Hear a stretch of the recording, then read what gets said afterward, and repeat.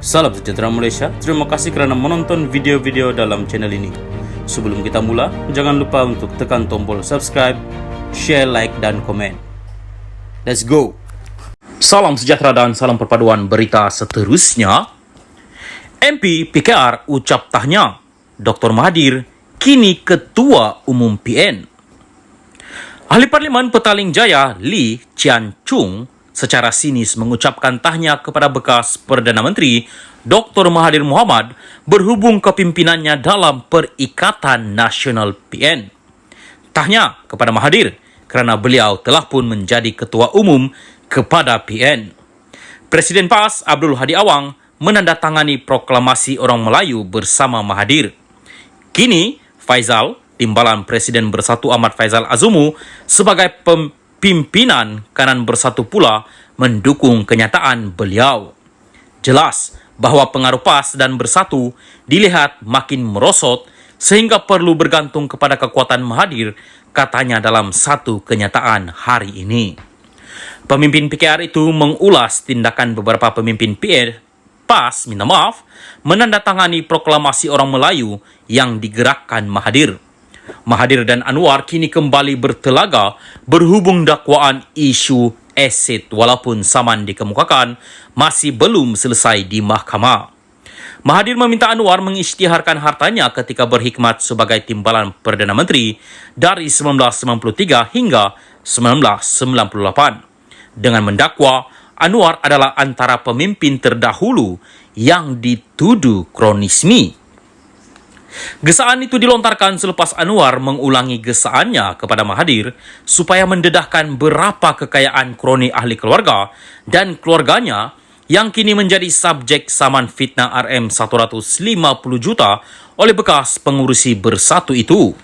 Terdahulu hari ini, Ahmad Faizal memberitahu Star bahawa GTA tidak mungkin dapat bertahan secara bersendirian.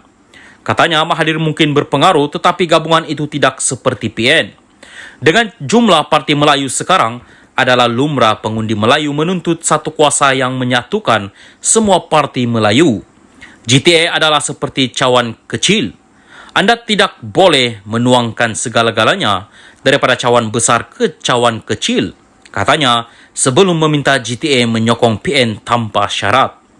Bersatu komited untuk menegakkan hak orang Melayu dan Islam serta untuk semua kaum dan agama di Malaysia. Memandangkan GTA seolah-olah memperjuangkan cita-cita yang sama. Kami mengalu-alukan GTA untuk memberi sokongan kepada kami untuk menyingkirkan mereka yang telah mempermainkan pengundi Melayu pada pilihan raya umum lalu, katanya. Salam sejahtera dan salam perpaduan berita seterusnya. SPRM dedah ada agensi kerajaan abai lebih 500 laporan salah laku. Berita penuh. Ketua Pesuruhjaya Suruhanjaya Pencegahan Rasuah Malaysia SPRM Azam Baki mendedahkan bahawa beberapa agensi kerajaan mengabaikan lebih 500 laporan salah laku kaki tangan mereka walaupun pihaknya mengesyorkan untuk mengambil tindakan.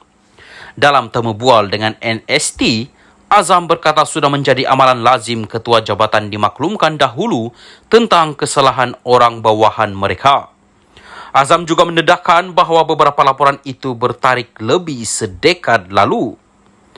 Berdasarkan statistik daripada 533 laporan, sebahagian besar 125 membabitkan jabatan-jabatan polis, manakala di tempat kedua adalah jabatan pengangkutan jalan raya. Laporan mengenai salah laku itu juga melibatkan mahkamah, pejabat Perdana Menteri, pihak berkuasa agama, hospital dan jabatan kesihatan, serta universiti. Bagaimanapun, Azam berkata jumlah besar laporan berhubung polis boleh difahami memandangkan jumlah anggota penguat kuasanya yang besar. Menurut Ketua Pesuruhjaya itu, sejak agensi anti rasuah ditubuhkan pada 1967, lebih 10,000 laporan dikemukakan kepada beberapa ketua jabatan kerajaan. Siasatan kami terlebih dahulu tertumpu kepada rasuah. Jika kami menemui unsur-unsur salah laku, menjadi kewajipan kami untuk melaporkannya kepada ketua jabatan. Mereka kemudian akan melaporkan semula kepada kami, mengesahkan bahawa mereka menerima laporan itu, katanya. Susulan itu, Azam menjelaskan bahawa jawatan kuasa terdiri daripada beberapa ketua jabatan terpilih akan dibentuk dan ditugaskan untuk mengendalikan perkara tersebut. Jawatan kuasa ini yang akan meneliti laporan kami. Mereka akan memutuskan jika laporan kami mempunyai merit. Jika tidak, mereka boleh menutup sahaja kes itu kerana ia bukan satu jenayah. Kes jenayah akan dibawa ke mahkamah, tetapi kes salah laku akan disemak oleh jawatan kuasa, tambahnya. Merujuk kepada perlembagaan persekutuan yang menyatakan bahawa ketua jabatan boleh memutuskan tindakan yang akan dikenakan terhadap kaki tangan yang ingkar, Azam berkata, pekeliling mengenai perkara tersebut telah dihantar. Bagaimanapun, katanya, ramai ketua jabatan yang memilih untuk mengabaikan laporan tersebut. Pekeliling itu memang ada. Kalau tidak silap, sejak saya menyertai perkhidmatan itu pada 1984. Sudah 39 tahun dan saya akan bersara tidak lama lagi. Ketua jabatan tidak seharusnya lupakan pekeliling itu. Ramai yang hanya mengabaikannya laporan SPRM dan kami menghantar surat untuk mengingatkan mereka. Mereka kena ambil tindakan kerana ia adalah pekeliling ketua setiausaha, bukan pekeliling saya. Kita ikut arahan sahaja, katanya lagi. Mengulas pendedahan Azam itu, Menteri Pengangkutan Anthony Loke berkata kementeriannya yang menyelia Jabatan Pengangkutan Jalan akan memberikan kerjasama penuh. Katanya, pihaknya akan mengatur temu janji untuk berjumpa dengan Ketua Pesuruhjaya itu. Saya tiada maklumat sebab ini laporan media pagi ini. Namun sebab dia Azam ada sebut tentang agensi dan jabatan di bawah MOT, saya akan pohon janji temu dengan KP SPRM untuk bertemu beliau dan dapatkan laporan lanjut, katanya.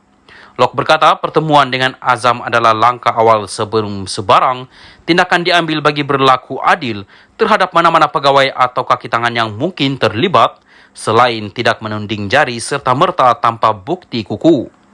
Langkah lain yang akan dilaksanakan antaranya ialah mendapatkan senarai nama kaki tangan dan kes melibatkan mereka, katanya. Saya juga telah mengarahkan semua peringkat kementerian saya daripada ketua setiausaha hingga ketua jabatan untuk memberikan kerjasama sepenuhnya dalam sebarang siasatan oleh SPRM, katanya. Lok juga berikrar bahawa tindakan segera akan diambil jika terdapat bukti yang mencukupi tentang salah laku berkenaan. Bernama pula memetik Menteri Dalam Negeri Saifuddin Nasution Ismail sebagai berkata bahawa kementeriannya akan meneliti pendedahan SPRM tersebut. Kami akan meneliti laporan berkenaan dan lihat penambahbaikan yang boleh dijalankan.